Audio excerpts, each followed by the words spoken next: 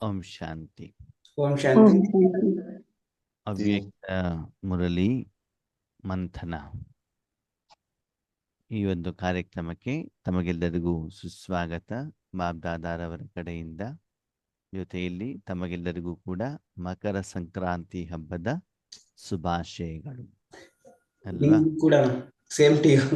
Thank you. ನಮ್ಮಲ್ಲಿ ಹೇಳ್ತಾರೆ ಎಳ್ಳು ಬೆಲ್ಲ ತಿಂದು ಒಳ್ಳೊಳ್ಳೆ ಮಾತಾಡು ಅಲ್ವಾ? ಹೊಸ ವರ್ಷ ಮುಗಿದ ಮೇಲೆ, ಅಂದರೆ ಆ್ಯಕ್ಚುಲಿ ನಮ್ಮ ಹಿಂದೂ ಧರ್ಮದ ಪ್ರಕಾರ ಹೊಸ ವರ್ಷ ಯುಗದ ಆದಿ ಅಲ್ವಾ? ಆದರೆ ಇಂಗ್ಲಿಷ್ ಇದರ ಪ್ರಕಾರ ಹೊಸ ವರ್ಷ ಜನವರಿ 1. ಹೊಸ ವರ್ಷ ಆದಮೇಲೆ ಬರುವಂಥ ಮೊದಲನೇ ಹಬ್ಬ ಮಕರ ಸಂಕ್ರಾಂತಿ ಅಲ್ವಾ? ಅಲ್ಲಿ ಎಳ್ಳು ಮತ್ತು ಬೆಲ್ಲವನ್ನ ಒಬ್ಬರು ಇನ್ನೊಬ್ಬರಿಗೆ ಕೊಡ್ತಾರೆ. ಯಾಕೆ ಕೊಡ್ತಾರೆ? ಗೊತ್ತಿಲ್ಲ. ನಾಗರತ್ನ ಅನ್ಮ್ಯೂಟ್ ಮಾಡ್ಕೊಂಡು ಮಾತಾಡಿ.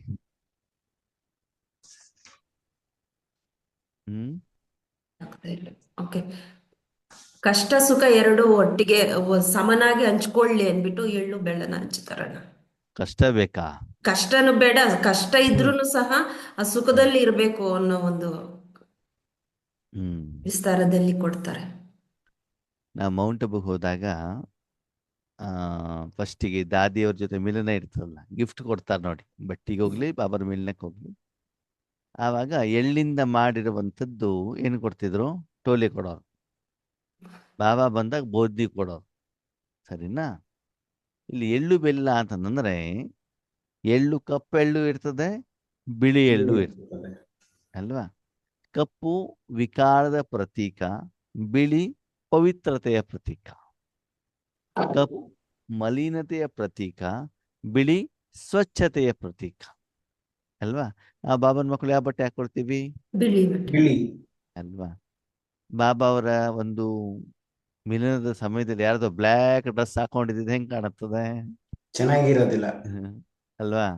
ಸಾವಿರಾರು ಹಂಸದ ನಡುವೆ ಒಂದು ಕಾಗೆ ಬಂದು ಕೂತ್ಕೊಂಡ ಹೆಂಗಿರ್ತದೆ ಅಲ್ವಾ? ಹಾಗೆ ಹೊಸ ವರ್ಷದಲ್ಲಿ ನೀವೆಲ್ಲರೂ ಬಿಳಿ ಎಳ್ಳಿನ ರೂಪದಲ್ಲಿ ಸ್ವಚ್ಛ ಆತ್ಮಗಳಾಗಿ, ವರ್ಷ ಪೂರ್ತಿ ಹೇಗಿರ್ಬೇಕು? ಆತ್ಮ ಬೆಳ್ಳಗಿರ್ಬೇಕು, ಬಿಳಿಯಾಗ್ಬೇಕು. ಯಾವಾಗ? ವಿಕಾರಗಳಿಂದ ಮುಕ್ತರಾದಾಗ. ಆತ್ಮ ಬೆಳ್ಳಗಿರ್ಬೇಕು. ಅದ ಬರೀ ಎಳ್ಳು ತಿಂದ್ರೆ ಒಂದ್ ರೀತಿ ಕಹಿ ಆಗಿರ್ತದೆ, ಅಷ್ಟು ಟೇಸ್ಟ್ ಬರೋದಿಲ್ಲ ಅಲ್ವಾ? ಎಳ್ಳಿಗೆ ಟೇಸ್ಟ್ ಬರ್ಬೇಕು ಅಂತ ಏನ್ ಬೇಕು? ಬೆಲ್ಲ ಯಾರು?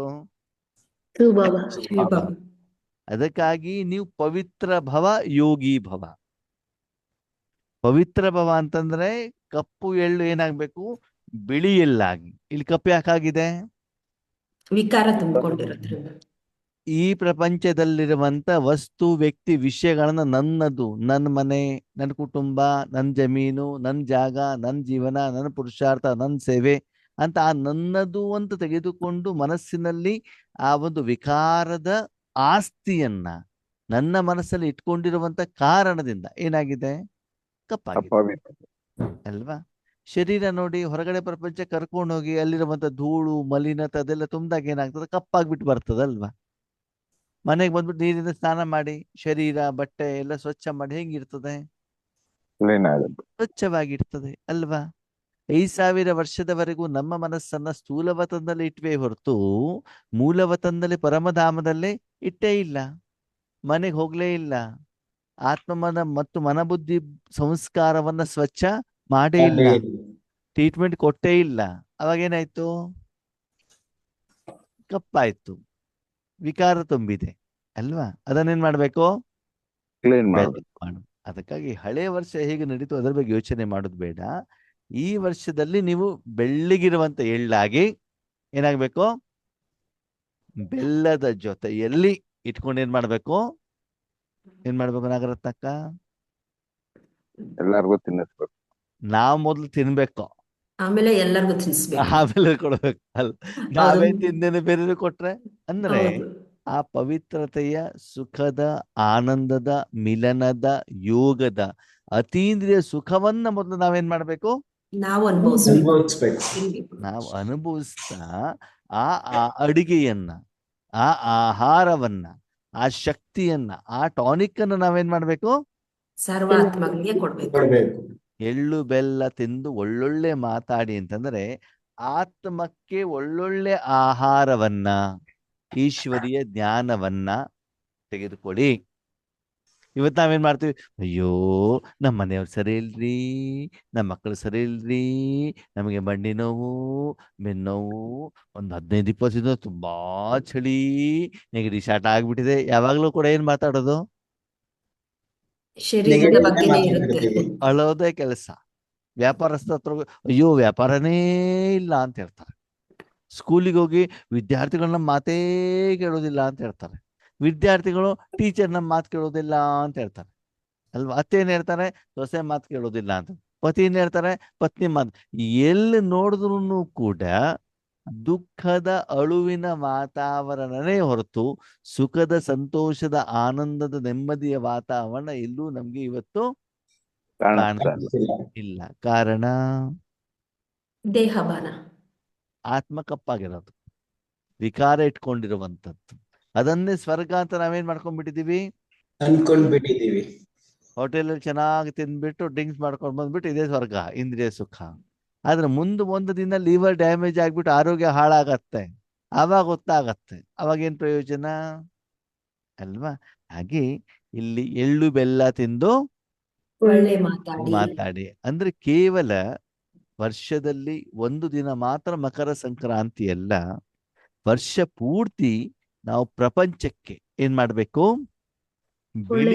ಬಿಳಿ ಎಳ್ಳಾಗಿ ಬೆಲ್ಲವನ್ನ ಜೊತೆಲಿಟ್ಕೊಂಡು ಪ್ರತಿಯೊಂದು ಆತ್ಮನ ಪ್ರತಿ ಶುಭ ಭಾವನೆ, ಶುಭ ಕಾಮನೆಯನ್ನು ಇಟ್ಕೊಂಡ್ಬಿಟ್ಟು ಏನ್ ಮಾಡ್ಬೇಕು? ಅವರಿಗೆ ಒಳ್ಳೆಯದನ್ನ ಬಯಸ್ಬೇಕು, ಒಳ್ಳೆಯದನ್ನ ಕೊಡಬೇಕು ಹೇಳೋದರ ನೆನಪಿನಾರ್ಥನೆ ಏನು? ಸಂಕ್ರಾಂತಿ. ಮಕರ ಮಕರ ಸಂಕ್ರಾಂತಿ. ಸಂಕ್ರಾಂತಿ. ಅರ್ಥ ಆಯ್ತಾ? ಆ ರೀತಿ ಆಧ್ಯಾತ್ಮಿಕ ರೂಪದಲ್ಲಿ ನಾವೇನ್ ಮಾಡ್ಬೇಕಂತೆ? ಅಂದ್ರೆ ನಾವ್ ಎಷ್ಟು ಆತ್ಮ ಬೆಳ್ಳಿಗಾಗ್ತಾ ಹೋಗ್ತದೋ ಅಷ್ಟು ನಾವು ಸಂತುಷ್ಟವಾಗಿರ್ತೀವಿ. ಆ ಎಳ್ಳು ಹೆಂಗಿರ್ತದೆ? ಒಂದು ಸಣ್ಣದಾಗಿರುವಂತ ಒಂದು ಆತ್ಮದ ಆಕಾರ. ಆಕ್ಚುಲಿ ಆತ್ಮದ ಆಕಾರ ನಿರಾಕಾರ, ಬಿಂದುನು ಕೂಡ ಅಲ್ಲ. ಅದ ನೆನಪಿನ ಅರ್ಥವಾಗಿ ಏನ್ ಮಾಡಿದಾರೆ? ಅದನ್ನ ಎಳ್ಳಿನ ರೂಪದಲ್ಲಿ ತೋರಿಸಿದ್ದಾರೆ.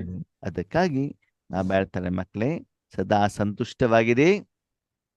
ನೀವು ಬಿಳಿ ಎಳ್ಳಾಗ್ಬೇಕೋ ಕಪ್ಪೆಳ್ಳಾಗ್ಬೇಕೋ ಬಿಳಿ ಬಿಳಿ ಅಲ್ವಾ?